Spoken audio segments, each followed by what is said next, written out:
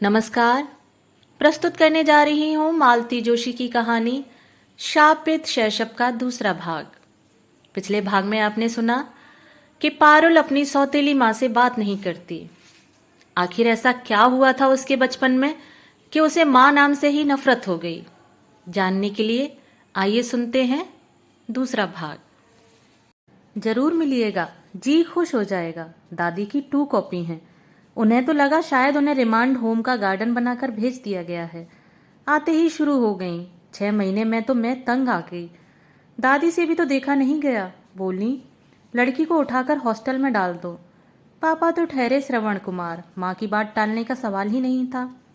कितनी बड़ी थी तुम तब? 12वां चल रहा था। घर छोड़ने का दुख तो क्या होता। हाँ, हॉस्टल की सख्ती रास नहीं आई कुछ दिन, फिर आदत पड़ गई। लेकिन जैसे ही पापा श्री को पता चला कि इसे हॉस्टल लाइफ रास आ गई है, घर ले आए। आप कहती हैं कि वे मुझे प्यार करते हैं, तो एक बार तो उन्होंने पूछा होता कि निक्की, तुम्हें क्या अच्छा लगता है, किसके पास रहना चाहोगी, कहाँ रहोगी। बस मनमानी करते रहे, जैसे निक्की न हुई कोई गुड़िया हो गई, जहाँ चाय पटक दो। ये आखिरी बात कहते कहते उसका आवेश रुलाई में बदल गया था। मैं विस्मित थी। कभी सोचा भी न था कि यह नन्ही सी जान अपने अंदर इतना दुख, इतनी वेदना, इतना आक्रोश समेटे है। मुझे आश्चर्य हो रहा था कि एक ही सांस में वह मुझसे सब कुछ कैसे कह गई। पर यह सब अनजाने में ही हुआ होगा। यह दुख बरसों से उसके मन में कुंडली मारे बैठा होगा। निश्चित ही अपनी सखी सहेलियों से उसने कभी अपना दर्द बांटा नहीं होगा, नहीं तो उसमें इतना आवेग न होता। अपनी हमजोलियों के बोध में तो उसकी प्रतिभा एक दिलेर लड़की की है। उनके सामने वह अपनी करुण गाथा कभी नहीं दोहराएगी। मेरे सामने भी वह इतना नहीं खुलती, पर अपने पापा के प्रति गुस्से का इजहार करते करते वह कब भावुक हो आई उसे खुद ही पता नहीं चला। पारुल, मैंने शांत स्वर में कहा, अगर मैं कहूं कि वे तुम्हारे साथ कुछ दिन रहना चाहते हैं, इसीलिए तुम्हें हॉस्टल से ले आए हैं, तो क्या विश्वास करोगी? उत्तर में उसने मुंह बिचका दिया। सुनिए, वो दिद्दा के बारे में आप कुछ बता सकेंगे? अच्छे भले सो रहे थे, एकदम से उठकर बैठ गए। आंखें ऐसे जल उठी मानो मैंने कोई अक्षम्य अपराध कर डाला हो। समझ गई, लड़की ने यह तेवर बाप से ही लिए हैं। उसका भी गुस्सा नाक पर ही तो रखा रहता है। क्या जानना चाहती हो उसके बारे में? क्यों जानना चाहती हो? ये गुर्राए। बस यूं ही, जरा सी क्यूरोसिटी थी। देखो, तुम्हारा समय न कटता हो तो लाइब्रेरी ज्वाइन कर लो या फिर किसी क्लब में जाना शुरू कर दो, लेकिन ये नौकरों चाकरों में बैठकर गप्पे लड़ाना बंद करो। स्तब्ध रह गई मैं। इस तरह भी कोई मुझसे बात कर सकता है? मुझे भी ताव आ गया। डॉक्टर कुमार, याद रहे कि मैं कोई 16-17 साल की ब्याहुली नहीं हूं। आपको मेरी डिग्रियों का ध्यान नहीं रहा, ठीक है। मेरी सीनियर लेक्चरशिप को आपने नजरअंदाज किया, ठीक है, पर मेरी उम्र का तो लिहाज कीजिए। क्या इस उम्र में भी मुझे दूसरों से रहन सहन के तौर तरीके सीखने होंगे, अदब कायदे जानने होंगे? वे जैसे जमीन पर आ गिरे। सॉरी डार्लिंग, बेवजह ऑफ हो गया था, उन्होंने अपराध भाव से कहा। बाद में उन्होंने मुझे कुरेदने की बहुत कोशिश की, पर मैं चुप बनी रही। एक बात उसी समय तय हो गई थी, पारुल की आया के बारे में अगर कुछ जानना भी है तो मैं इनसे नहीं पूछूंगी, क्योंकि मैं जानती थी कि ये बेवजह ऑफ नहीं हुए थे। हमारी उस छोटी सी अंतरंग बातचीत के बाद पारुल में एक सुखद परिवर्तन आ गया। जबरदस्ती ओढ़े अकेलेपन से वह जैसे एकाएक घबरा उठी। मैं किचन में होती तो मेरे इर्द गिर्द मंडराती रहती, अपने कॉलेज की, अपनी सहेलियों की बातें सुनाती, लेक्चरर्स की नकलें उतारती। मैं सुनती और सोचती, कम से कम इस काम के लिए तो माँ का घर में होना जरूरी है, नहीं तो बच्चा किसके सामने अपना जमा खर्च खोलेगा, किसे अपनी विजय गाथा सुनाएगा, किससे अपनी व्यथा कथा कहेगा। अगर कोई सुनने वाला ना हुआ तो तरस जाएगा बेचारा। पारुल भी तो तरस गई थी। उसके मन में कितना कुछ जमा हो पाया था, वही तो धीरे धीरे बाहर आ रहा था। मन का भार हल्का होने से उसके चेहरे का संतप्त भाव भी बिला गया था। एक अपूर्व कोमलता से उसका मुख उद्भासित हो गया था। जब कुछ करने को नहीं होता तो हम दोनों ताश या कैरम खेलने बैठ जाती। रामधन काका हमें चाय या पकौड़े बनाकर दे देते। एक दिन पारुल ने पूछ लिया, आप रामधन को काका क्यों कहती हैं? बुजुर्ग हैं ना। फिर इस घर के पुराने नौकर हैं, नाम लेना अच्छा नहीं लगता। मुझे ये बातें किसी ने क्यों नहीं सिखाई? सिखाने के लिए घर में कोई होना तो चाहिए। क्यों नहीं थे? इतने सारे लोग थे, जिस तिस बात पर डांटते रहते थे, पर कायदे की बात कभी किसी ने नहीं सिखाई।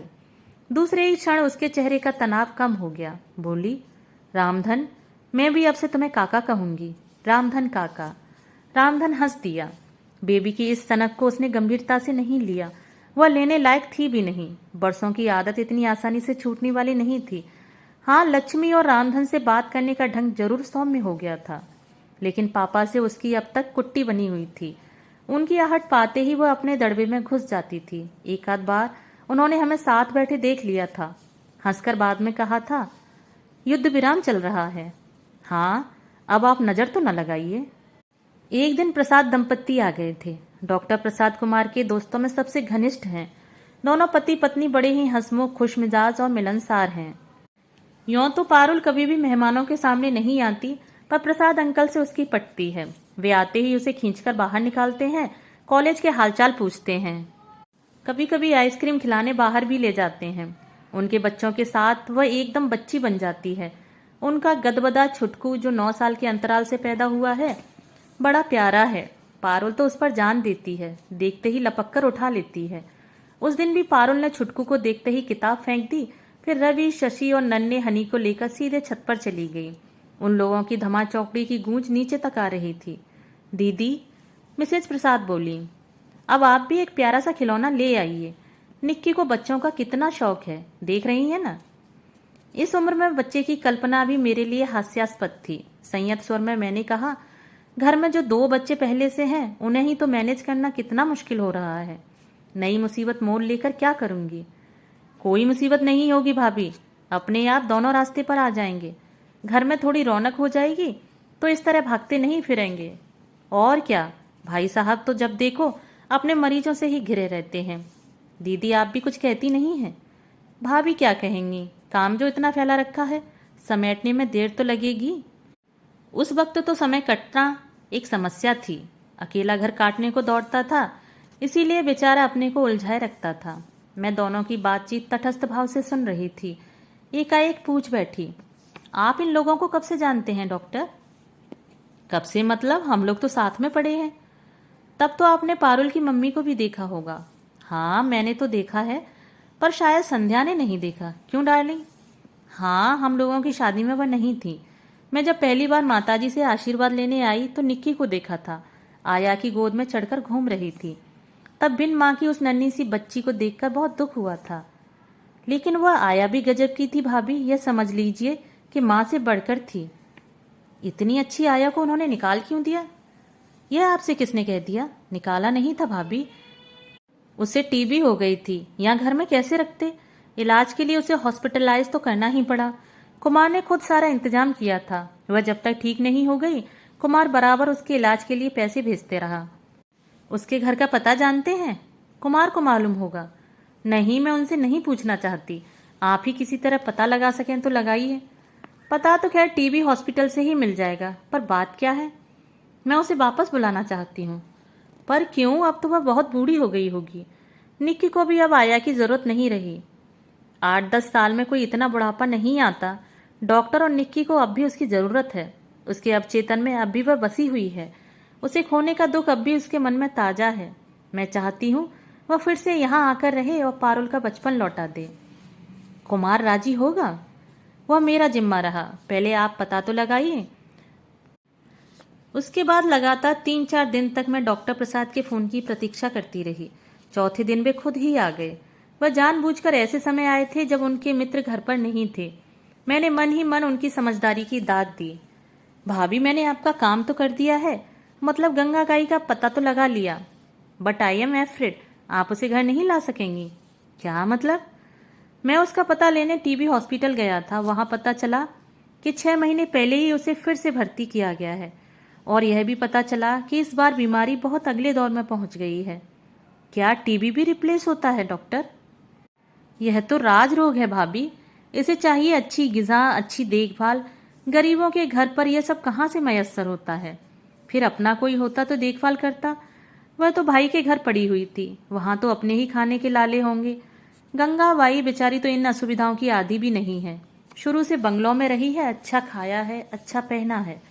भाभी के पियर में भी उसके ठाठ थे, यहाँ भी उसका दबदबा था। दूसरे माहौल में तो वह जी ही नहीं सकती थी। तो क्या वह उनके पीहर से आई थी।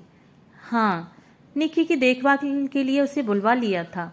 उन दिनों भाभी बीमार चल रही थी ना, उनकी मृत्यु के बाद उसके वापस जाने का प्रश्न ही नहीं उठता था। भाभी एक बात कहूं? कहिए, मैंने निराश स्वर में कहा। निक्की और दिद्दा को लेकर मैंने पिछले दिनों कितने कल्पना चित्र बनाए थे, अब सब के सब मुझे मुंह चिढ़ा रहे थे। भाभी, मुझे लगता है वह बुढ़िया ज्यादा दिन नहीं खिंचेगी। Her days are numbered. अगर निक्की को एक बार उससे मिलवा लाते तो उसका जी खुश हो जाएगा। आप इत्मीनान रखिए, मैं ही ले जाऊंगा उसे। डॉक्टर प्रसाद के साथ पारुल को भेजना कोई मुश्किल नहीं था। उनसे तो पारुल की दोस्ती थी। वादे के मुताबिक वे दूसरे ही दिन आकर उसे ले गए। उनके जाने के बाद मैं अपने दिवा स्वप्नों में खो गई। पारुल आज कितनी खुश होगी। उसे लगेगा जैसे उसका बचपन लौट आया है। और जब उसे पता लगेगा कि उसकी बिछुड़ी हुई माता से पुनः मिलवाने के लिए मैंने ही पहल की है, तो वह कृतज्ञता से भर उठेगी। मन का सारा कलमश धुल जाएगा।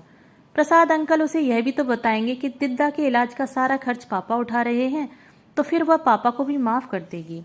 और उसके पापा, वे भी तो कितने खुश होंगे। इस मधुर षड्यंत्र की भी मैंने भनक तक न लगने दी थी। अब पता चलेगा तो सिवा प्रशंसा के कुछ न कर पाएंगे। उन लोगों को लौटने में कोई 2-2.5 घंटे लग गए। हॉस्पिटल शहर से दूर पहाड़ी पर जो था। मुझे लगा था गाड़ी से उतरकर वह सीधे मेरे पास दौड़ी आएगी, मेरे गले में अपनी दोनों बाहें डालकर कहेगी, hi mummy, you are so sweet. पिछले दिनों हम काफी करीब आ गए थे, फिर भी एक औपचारिक दूरी बनी हुई थी। आज वह भी समाप्त हो जाएगी। लेकिन वह सीधे कमरे में चली गई। शायद अपना भावावेश मुझसे छिपाना चाहती हो। डॉक्टर प्रसाद जरूर थोड़ी देर को मेरे पास बैठे। बोले, बहुत खुश हुई बुढ़िया, बार बार बलाएं ले रही थी, माथा चूम रही थी, आपको और मुझे भी असीम कर रही थी। लेकिन भाभी, उसकी हालत कुछ ठीक नहीं है। तो अच्छा ही हुआ जो आप लोग हो आए, नहीं तो जिंदगी भर का मलाल रह जाता, मुझे भी और बिटिया को भी। आप ठीक कह रही हैं, उन्होंने उठते हुए कहा। उन्हें विदा करके मैं गुनगुनाती हुई सीधे पारुल के कमरे में गई। मुझे क्या मालूम था कि वह मेरी प्रतीक्षा में भरी बंदूक की तरह तनी बैठी थी। मुझे देखते ही फट पड़ी। क्यों भेजा था मुझे वहां? किसकी साजिश थी ये? बचपन की एक मीठी सी याद मेरे मन में थी, उसे भी आपने तहस नहस कर दिया।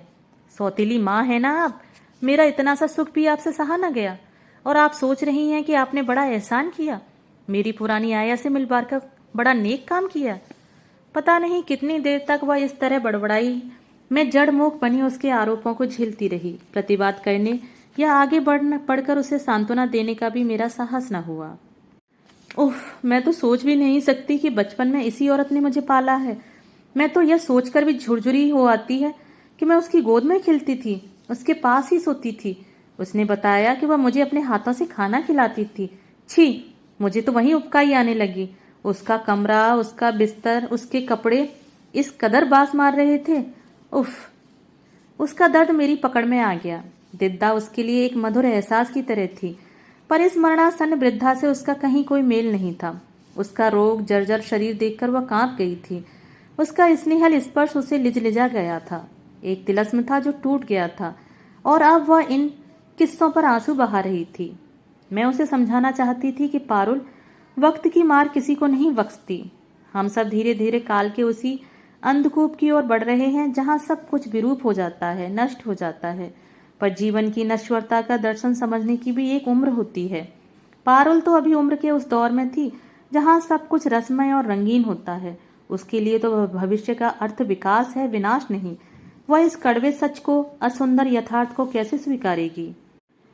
वह फिर लौट गई अपने उसी कारा में जो उसने स्वयं निर्माण की थी। मैं फिर दूर फेंकती गई।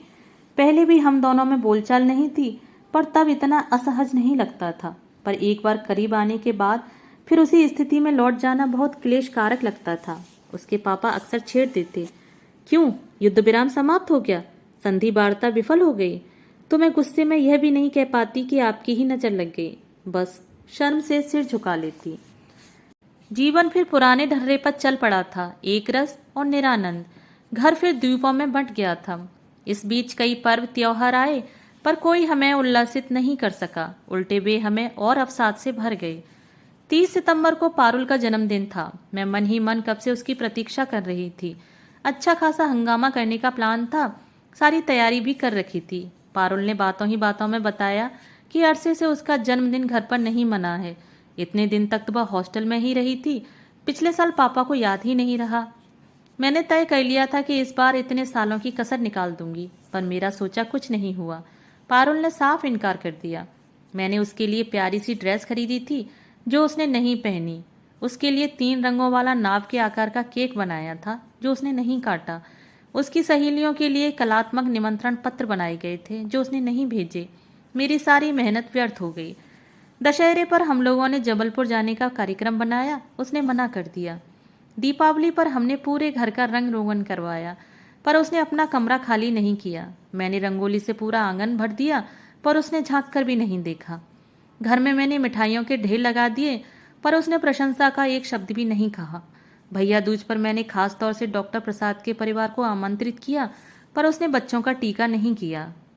पहले की भांति अब वह मुझ पर फुफकारती तो नहीं थी, पर अपनी उपेक्षा से मेरे हर प्रयास को विफल कर रही थी। मेरी 4-5 महीने की लंबी छुट्टी समाप्त होने को थी और मेरा मन फिर से ज्वाइन कर लेने को हो रहा था। इस ऊप से बचने का कोई और उपाय भी तो नहीं था। मैं ईश्वर को धन्यवाद दे रही थी कि उसने मुझे समय पर सद्बुद्धि दी, नहीं तो मैं एकदम इस्तीफा देकर ही आ रही थी। ईश्वर से ज्यादा धन्यवाद तो भैया भाभी को और अपने सहयोगियों को देना चाहिए। उन्हीं लोगों ने मुझे सलाह दी थी कि फिलहाल लंबी छुट्टी ले लो। देखो, इस उम्र में एडजस्टमेंट बहुत कठिन होता है। नौकरी छोड़ दोगी तो लौटने का भी रास्ता नहीं रहेगा। एक पारुल की बात छोड़ दी जाती तो इस घर में मुझे सुख ही सुख मिला था, पर उसे एक दुख ने सारे सुख का स्वाद छीन लिया था। निश्चय और अनिश्चय के बीच झूलती हुई मैं एक दिन सचमुच इंदौर पहुंच जाती कि बीच में ही एक हादसा हो गया। उस दिन मैं रोज की तरह किचन में व्यस्त थी कि ये आए और गंभीर स्वर में बोले, प्रसाद का फोन है तुम्हारे लिए। मैं चौंक पड़ी। मेरे लिए? धड़कते दिल से रिसीवर उठाया। हेलो भाभी, बुरी खबर है। क्या? मैंने कांपते स्वर में पूछा। पूजनीय दिद्दा चल बसी। मैं स्तब्ध रह गई। भाभी कुछ कहिए भी, क्या करना है? अब कहने को या करने को रहा ही क्या है? मेरा मतलब है, should be tell the kid? No, definitely not. She is just a kid, you know. अच्छा, अब आप इनसे बात कीजिए, मेरी कढ़ाई जल रही है। चौंगा इनके हाथ में देकर मैं भागने ही वाली थी कि इन्होंने हाथ पकड़कर रोक लिया। प्रसाद से 2 मिनट बात करके फोन रख दिया और मेरी तरफ मुखातिब हुए। उनकी मुद्रा से मैं समझ गई कि मैं कटघरे में खड़ी हूं। जलती हुई आंखों से उन्होंने पहला प्रश्न दागा। प्रसाद ने यह खबर पहले तुम्हें क्यों दी? मुझे भी तो दे सकता था। यह बात आप उन्हीं से पूछते तो ठीक रहता। उससे तो खैर पूछना ही है, पर तुम यह बताओ, इस औरत की मौत से तुम्हारा क्या वास्ता है? ओफो, मेरा क्या वास्ता होगा? बेबस मुझसे इसलिए पूछ रहे थे कि पारुल को बताना है कि नहीं। मैंने कह दिया कि कोई जरूरत नहीं है। वह जब जिंदा थी पारुल ने देख आई थी, बस। मैं रात में उस बच्चे को भेज नहीं सकती। पारुल अस्पताल कब गई थी? गई थी एक दिन, प्रसाद लेवा ले गए थे। पर सुझाव किसका था? मेरा था। यही सुनना चाहते हैं ना आप? अब आप यह भी कहेंगे कि यह बात मुझसे क्यों नहीं कही गई। तो हुजूर, शुरुआत तो आपसे ही की थी, पर आप तो उसका नाम सुनते ही भड़क गए थे। उस समय आप क्या यह सुनने की स्थिति में थे कि पारुल अपनी आया को भूल नहीं पाई है? अब भी वह उससे उतनी ही शिद्दत से याद करती है। क्या आपके पास यह सोचने समझने की फुर्सत थी कि वो अपनी दिद्दा के लिए कितनी बेचैन है? और आपकी उस फुर्सत का इंतजार मैं नहीं कर सकती थी, क्योंकि उस औरत के पास गिनती के दिन थे। आज मैं खुश हूं कि आपकी नाराजगी का खतरा उठाकर भी मैंने यह पहल की। आपको और कुछ कहना है? क्या कहते बेचारे मुंह लटका कर रह गए। विजय के उन क्षणों से मैंने देखा और मैंने उन्हें यह नहीं बताया कि मेरी वह उदात्त कोशिश कितनी नाकाम रही है। मेरे आत्मविश्वास का दुर्ग कैसे भर भरा कर गिर पड़ा है। उस दिन नाश्ता किए बिना ही वे घर से निकल गए। शायद मुझे दंड देने का इससे अच्छा तरीका उन्हें याद नहीं आया। सुबह के गए, रात को लौटे, आते ही सीधे नहाने चले गए। मैं समझ गई कि दिवंगता को श्रद्धांजलि देकर लौटे हैं। अच्छा भी लगा। इतना हक तो उस गरीब इनका बनता ही था। अब मेरे सामने केवल एक समस्या थी, पारुल को बताऊं या ना बताऊं। बताऊं भी तो कैसे? वह तो मुझसे रुख भी नहीं मिलाती। इतनी बड़ी बात एकदम मुंह फेर कर तो मारी नहीं जा सकती थी। कुछ माहौल तो बनाना पड़ेगा, और इस स्थिति में यह संभव नहीं। और अगर ना बताऊं तो कल को वह इसी बात पर आरोपों की झड़ी लगा देगी और मुझसे और दूर छिटक जाएगी। ट्रिंग ट्रिंग। रात के सन्नाटे में फोन की घंटी बजी तो मैं हड़बड़ाकर उठ बैठी। तब तक इन्होंने चौंगा उठा लिया था। जब तक वे बात करते रहे मैं बदहवासी उन्हें देखती रही। रिलैक्स डार्लिंग, उन्होंने फोन रखते हुए कहा, डॉक्टर के घर में तो जब तक घंटी बजती ही रहती है, तुम्हें अब तक आदत नहीं हुई? धीरे धीरे ही तो होगी, मैंने झेंपते हुए कहा। दरअसल सुबह सुबह फोन पर वह खबर सुनी है ना, तब से दिमाग खराब हो गया है। फिर कुछ रुककर पूछा, आप वहां गए थे ना? हाँ, जाना तो था ही, गया भी, और कफन दफन का, मेरा मतलब है अंतिम संस्कार का सारा इंतजाम किया। क्यों, उनके परिवार वाले नहीं आए थे? आए थे, पर सबके सब हाथ हिलाते हुए चले आए थे। बॉडी कोई गांव भी नहीं ले जाना चाहता था, फिर यही सब करना पड़ा। चलिए, अच्छा ही हुआ, इसी घर से दाना पानी बंधा था उनका, आखिर तक निभ गया, यही खुशी है। और फिर कुछ क्षण रुककर बड़े साहस के साथ मैंने कहा, सुनिए, मुझे उनके बारे में कुछ बताएंगे? इस बार उन्होंने आंखें नहीं तरेरी और न गुर्राए, बल्कि शांत स्वर में बोले, क्या जानना चाहती हो? यही कि वे कौन थी, कहाँ से आई थी, इस घर में उनका वजूद क्या था?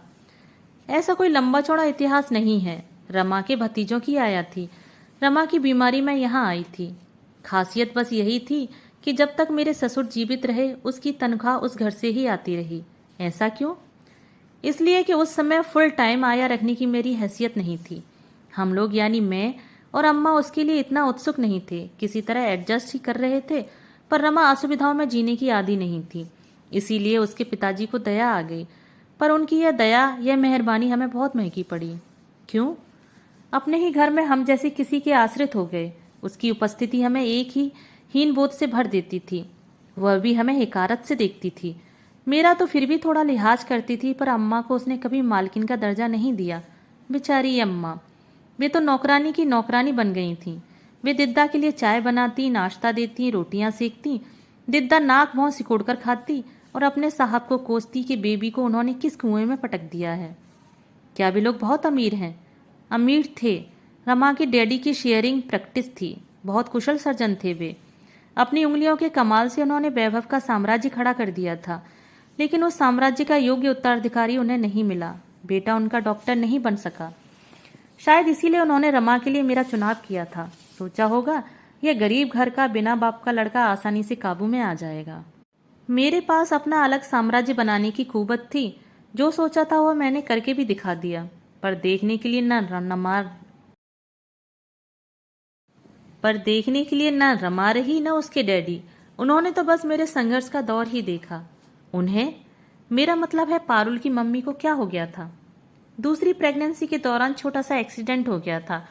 डॉक्टरों ने अबॉर्शन की सलाह दी, वह भी करवा लिया, पर पता नहीं क्या कॉम्प्लिकेशंस हो गए कि हालत बिगड़ती ही चली गई। कार में डालकर मुंबई भी ले गए थे, पर कुछ फायदा नहीं हुआ। 15वें दिन उसके शव को लेकर ही लौटना पड़ा। उन्हीं दिनों दिद्दा इस घर में आई थी। हम लोग तो इन दिनों रमा को लेकर परेशान थे। घर में बस अम्मा थी और वह थी। पर एक नफरत का बीज कब पड़ गया पता ही नहीं चला। एक खाई सी थी दोनों के बीच, जो बढ़ती ही गई। रमा जब तक रही तब तक तो सब कुछ दबा ढका रहा, पर उसकी मृत्यु के बाद दोनों का परस्पर तिरस्कार और घृणा जैसे मुखर हो गए। बहुत कठिन दिन थे वे। मैं रमा के वियोग से आहत था। प्रैक्टिस की कश्मकश जारी थी और इधर घर पर जैसे जंग छिड़ी हुई थी। मैं परेशान हाल घर लौटता तो यहाँ अदालत शुरू हो जाती। मैं बच्ची का ढंग से पता भी नहीं कर पाता। इन्हीं दोनों की चिक चिक मेरा दिमाग चाट जाती। दोस्त, रिश्तेदार और साथी डॉक्टर रोज सलाह देते कि शादी कर लो, बच्ची बड़ी हो जाएगी तो फिर मुसीबत हो जाएगी, फिर आसानी से नई माँ को स्वीकार नहीं कर पाएगी। अम्मा भी इसरार करती, पर मेरी हिम्मत ही न पड़ती थी। घर में एक तीसरा मोर्चा खोलने की मेरी ताकत नहीं थी। 5 साल तक घर में यह नाटक चलता रहा और हम माँ बेटे बच्ची को बर्बाद होते देखते रहे। अत्यधिक लाड़ प्यार ने उसे जिद्दी और बिगड़ैल बना दिया था। उसमें गलत संस्कार पड़ रहे थे। वह दादी को तो किसी गिनती में ही नहीं लाती थी, बस थोड़ा बहुत मुझसे डरती थी। उसे डराना मुझे अच्छा नहीं लगता था, पर सोचता कि किसी को तो खौफ हो, नहीं तो लड़की हाथ से निकल जाएगी। फिर धीरे धीरे सब कुछ मेरी सहन शक्ति से बाहर होता चला गया। मैं समझ गया कि इस घर में इन 2 औरतों का साथ रहना मुश्किल है, किसी एक को तो जाना ही पड़ेगा। और जाहिर था, मैं अपनी माँ को तो कहीं भेज ही नहीं सकता था। इसीलिए दिद्दा को निकाल बाहर किया। नहीं, इतनी बेदर्दी से नहीं निकाला, पर यूं कहो कि इत्तेफाक से मुझे एक कारण मिल गया। उन दिनों दिद्दा बहुत खांसने लगी थी। अम्मा ने कई बार बताया कि उसकी खांसी के मारे वे रात भर सो नहीं पाती, पर मैं इसे भी शिकायत का एक पैंतरा समझकर टाल गया था। पर ज्यादा दिन तक अम्मा को अनसुना नहीं कर सका। मुझे भी दिद्दा की खांसी सुनाई देने लगी। उस समय तो हम छोटे से घर में थे, तब आज जैसा बड़ा बंगला नहीं था, खांसने की आवाज कहाँ तक छिपती। मेहरी ने एक बार दिद्दा को खून थूकते भी देखा, जिसे वह पान की पीक बताती रही। फिर मुझे चिंता हुई। बड़ी मुश्किलों से निक्की का वास्ता देकर उसे डॉक्टरी जांच के लिए राजी किया। इन्वेस्टिगेशन के बाद मेरा शक सच निकला, उसे टीबी हो गई थी। लेकिन टीबी तो अब कोई लाइलाज बीमारी नहीं है, मैंने जैसे उन पर आरोप लगाते हुए कहा। लेकिन बीमारी तो है और इलाज भी करना पड़ता है। एक बार पता चल जाने के बाद क्या उसे घर में निक्की के पास रखा जा सकता था? मैंने उसे यहाँ टीबी अस्पताल में भर्ती करवा दिया। 2-2.5 साल बाद वह ठीक भी हो गई, पर मैं उसे वापस घर नहीं लाया, उसके गांव ही भेज दिया। पर वह जहाँ कहीं भी रही, मैं उसे बराबर पैसे भेजता रहा। आज उसकी अंतिम किस्त भी मैंने दे दी। इतनी देर से मैं पेट के बल लेटकर कोहनियों पर सिर टिकाकर उनकी बातें सुन रही थी। दिद्दा की कहानी का पटाक्षेप होते ही मैंने एक निश्वास भरा और करवट बदलकर लेट गई। मन बेहद उदास हो आया था, परंतु इस समय जिस अनजान अनदेखी वृद्धा के प्रति मन में करुणा उमड़ रही थी, वह दिद्दा नहीं, पारुल की दादी थी। बेचारी बेटे की शादी के कैसे कैसे अरमान संजोए बैठी होंगी, पर मिला क्या? दुख, निराशा और अपमान। रजनी जी, उसके बाद की कहानी नहीं सुनोगी? मैंने एकदम पलटकर उन्हें देखा। उसके बाद की मतलब? यह तो निक्की की आया की कहानी थी, निक्की की कहानी भी तो सुनो। वह मुझे मालूम है, मैंने उल्हाने के स्वर में कहा। दिद्दा चली गई तो उसे मामा के यहाँ भेज दिया। वहाँ मामी की पैनी जमान ने उसका जीना मुश्किल कर दिया। वहाँ से लौटी तो कर्कश बुआ के पल्ले पड़ गई। फिर उनसे भी नहीं संभली तो हॉस्टल में पटक दिया। यही ना? तुमने तो 4 लाइनों में सारा इतिहास समेट कर रख दिया, पर जानती हो, इसे जीने के लिए मुझे 8 लंबे साल लग गए हैं, और मैं उतना दुष्ट भी नहीं हूँ जितना तुम मुझे साबित करना चाहती हो। मैंने अपनी ओर से तो कुछ नहीं कहा, पारुल से जितना सुना था वही बता दिया। अब आप बताइए। यह हुई ना बात? जज को चाहिए कि पहले दोनों पक्षों को सुन ले और फिर फैसला करे। प्रोसीड, मैंने नाटकीय अंदाज में कहा। योर ऑनर, यह सच है कि दिद्दा की बीमारी के बाद मैंने निक्की को मामा के यहाँ भेज दिया था। उस घर में उसका हमेशा स्वागत ही हुआ है। रमा की मृत्यु के बाद तो उन्होंने बार बार कहलाया था, पर बच्ची के बिछोह की कल्पना से ही मैं घबरा जाता था, इसीलिए भेज नहीं सका। जब मजबूरी में भेजने की नौबत आई, उस समय मेरे ससुर जी गुजर चुके थे। दुर्भाग्य से मेरी सास भी खाट से लग गई थी। घर में आमदनी तो शून्य हो गई थी, और निक्की के मामा बिजनेस के नए नए प्रयोगों में बाप की कमाई फूंक रहे थे। निक्की की मामी यूं तो बड़ी अच्छी थी बेचारी, पर परिस्थितियों ने उन्हें परेशान कर दिया था। छोटे छोटे 3 बच्चे, घर में अपंग और बीमार सास, गिरती हुई माली हालत। दिमाग खराब करने के लिए यही बहुत था। उसमें पहुंच गई वह जिद्दी और बिगड़ैल लड़की। साल भर घर में जैसे कोहराम मचा रहा था। हार कर बेचारे उसे वापस छोड़ गए। भाभी आंख में आंसू भरकर कहती रही, लाला लड़कों का साथ है मेरा, पराई लड़की की जिम्मेदारी लेने से जी घबराता है। लड़की उस दिन में सचमुच पराई हो गई। निक्की ने फिर कभी इधर का रुख नहीं किया। अम्मा जैसे तैसे घर संभाल रही थी, पर निक्की उनके बस की नहीं थी। इसीलिए मैंने दीदी से चिरौरी की और वे तुरंत चली आईं। साथ में जीजाजी भी थे, वे उसी साल रिटायर हुए थे। पर आशिकी का यह आलम था कि बीवी के बगैर एक दिन भी नहीं रह पाते थे। दीदी भी उनकी रंगीन मिजाजी से वाकिफ थी, इसीलिए बहू बेटियों के बीच उन्हें अकेले छोड़ने का खतरा उन्होंने नहीं लिया। दीदी बहुत उत्साह से भरकर यहाँ आई थीं। वे बहुओं को जता देना चाहती थीं कि दुनिया में उनकी कद्र करने वाले, उन्हें चाहने वाले भी हैं। उन्होंने मुझे आश्वस्त किया कि वे लड़की को 2 दिन में ही ठीक कर देंगी, और वे एकदम रिंग मास्टर की तर्ज पर शुरू हो गईं। उनकी शक्ति देखकर तो अम्मा भी सिहर गई थीं, पर बच्ची के कल्याण की कल्पना करके चुप रह गई थीं। उन दिनों निक्की का जीवन एकदम घड़ी की सुइयों पर चलता था। समय पर सोना, जागना, रोज नहाना, दोनों वक्त कंघी करना, ब्रश करना, समय से स्कूल जाना, नियमित होमवर्क करना, दोनों वक्त ट्यूशन पढ़ना, इत्यादि इत्यादि। लड़की जैसे बुआ के हाथों की कठपुतली बन गई थी। दीदी बहुत मेहनत कर रही थी, पर उनमें ममता की आंच नहीं थी, स्नेह का स्पर्श नहीं था। इसीलिए फिर निक्की बितकने लगी और क्या? मैंने उनकी चुप्पी को तोड़ा। आज समझ में आ रहा है अम्मा ने किस मुश्किल से यह बात मुझसे कही होगी। मुझे आज भी कहते शर्म आ रही है। कौन सी बात? अम्मा अपने देवता स्वरूप दामाद के प्रति एकाएक शंकालु हो उठी थी। रसिया तो वे जन्म के थे, पर इतनी सी लड़की पर जोर डालेंगे यह नहीं सोचा था। सहज स्नेह से वंचित, लाड़ दुलार के लिए तरसती 10-12 साल की निक्की आसानी से उनके हाथ आ गई थी। वह दिन भर उनसे चिपटी रहती। दीदी देखती और सुलग उठती, अम्मा देखती और मन महसूस कर रह जाती। आखिर एक दिन अम्मा ने मुझसे कह दिया, बेटा इन बूढ़ी आंखों में अब चौकीदारी करने की ताकत नहीं है। तो अगर लड़की को सर्वनाश से बचाना चाहता है तो किसी अच्छे से हॉस्टल में डाल दे, नहीं तो मैं सुख से मर भी नहीं पाऊंगी। अम्मा ने जीवन भर इतना सहा था कि मैं उनके दुखों का बोझ और बढ़ाना नहीं चाहता था, इसीलिए वही किया जो अम्मा ने चाहा था। बच्चे के कल्याण का दूसरा कोई रास्ता भी नहीं था। पर पता नहीं कहाँ क्या गलत हो गया, जिसके लिए सारी उठापटक करता रहा वही मुझसे रूठ गई। मैं तरस कर रह जाता हूँ, पर वह मुझसे बात नहीं करती। करती भी है तो उसकी जवान पर जैसे कांटे उगाते हैं, लहू लुहान कर देती है वह मुझे। उसकी आंखों में झांकती घृणा मुझे अपनी ही नज़र में छोटा बना देती है। मैं उसे इससे आगे भी बोल नहीं पाए। पुरुष थे, शायद इसी से जब्त कर सके, नहीं तो फफक कर रो ही पड़ते। मुझे अपने ही ऊपर शर्म हो आई। हमेशा पारुल के लिए ही सोचती रही। मेरी बगल में लेटा हुआ यह व्यक्ति, यह भी तो बिल्कुल अकेला है। इसे भी तो अपनों ने ही छला है। किसी ने स्नेह का, संवेदना का स्पर्श नहीं दिया, केवल समस्याएं ही दी हैं।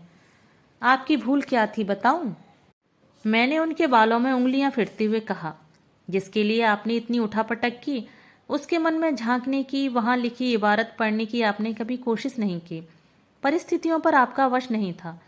मंजूर है, पर उनकी व्याख्या तो की जा सकती थी, अपनी मजबूरियां तो समझाई जा सकती थी। आपने सोचा होगा छोटी सी बच्ची है, क्या समझेगी। यहीं आप चूक गए। बच्चे बहुत समझदार होते हैं। शत्रु मित्र की पहचान वे फौरन कर लेते हैं। उनके संवेदनशील मस्तिष्क पर हर बात का जल्दी और गहरा असर होता है, इसीलिए उनके राग द्वेष भी स्थायी होते हैं। मेरे पास उस समय इतना सोचने समझने की फुर्सत ही कहाँ थी। मैं तो अपने अस्तित्व की लड़ाई लड़ने में व्यस्त था। इसीलिए तो यह मोर्चा हार गए। मैंने उस गंभीर प्रसंग को हल्के फुल्के ढंग से समाप्त कर दिया, ताकि वातावरण का तनाव कुछ तो कम हो, और वह हुआ भी। थोड़ी ही देर में इनकी नाक बजने लगी, लेकिन मैं सुबह तक आंख नहीं झपका सकी। मैं कमरे में बैठकर बुनाई कर रही थी कि वह दंदनाती हुई सामने आकर खड़ी हो गई। मुझे बुलाया था? हाँ, तुम्हारे मामा के यहाँ से मनी आर्डर आया है, और राहुल की चिट्ठी भी। चिट्ठी? किस खुशी में? दरअसल हुआ यह कि राखी पर तो मैं चूक गई, पर मैंने तुम्हारे मामा जी को भाई दूज का टीका जरूर भेज दिया था। उसी पत्र में बच्चों के नाम तुम्हारा टीका भी भेज दिया था। उसी का जवाब आया है। तुम्हारे मामा जी ने भी बड़ा सुंदर पत्र लिखा है। आप मेरे लिए रिश्तेदार क्यों जुटाती फिर रही हैं?